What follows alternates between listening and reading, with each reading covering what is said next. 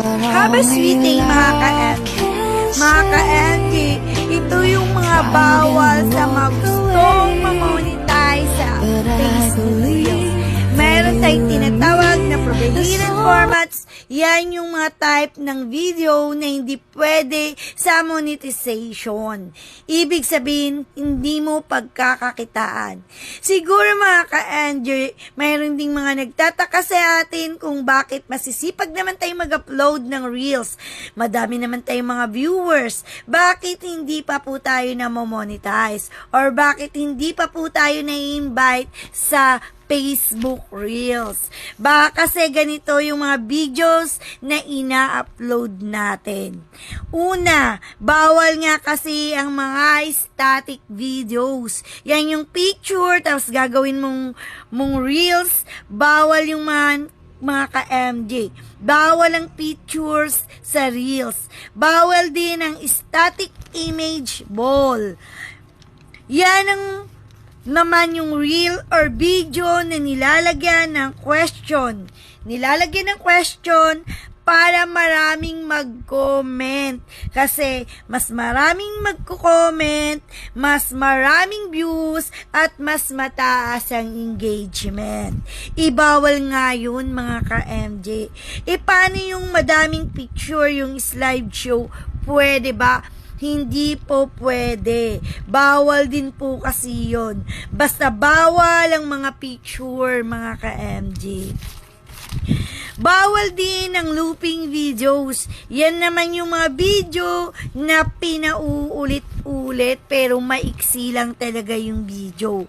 Tapos, ang gagawin mo, i-edit mo, paulit-ulitin mo lang yung video para humaba.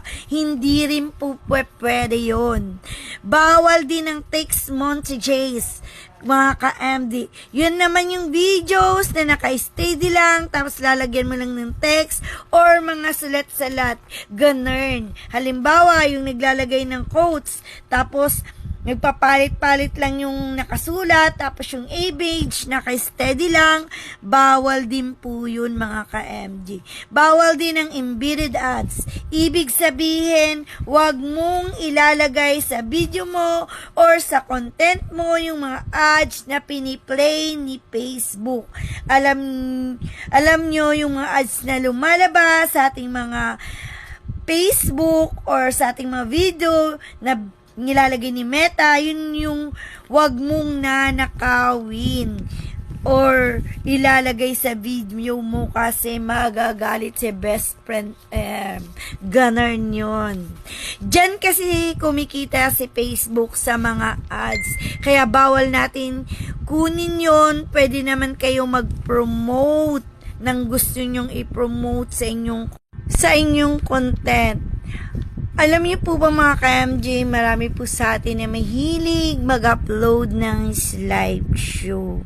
Tip ko lang po sa inyo, wag na po tayong mag-upload ng mga slideshow na picture. Ako hindi ko na rin po gagawin yun. Maliban na lang po kapag inutos ni Meta. Kasi nga po bawal na bawal din po yun. Ang tip ko lang po sa inyo, next time mag-upload na lang po tayo ng maikling video. Yung 3-second video, wag na pong mga picture. Tingnan nyo, magugulat po kayo kapag pinagsama-sama nyo po yung maikli na video, maganda po ang magiging effect kaysa dun po sa mga picture na pinagsama-sama natin. Ganyan po ang mga ginagawa ng ating mga sikat na content creator or maging mga artista. Tapos mga ka-MG, wag po tayong masyadong may buo yung camera.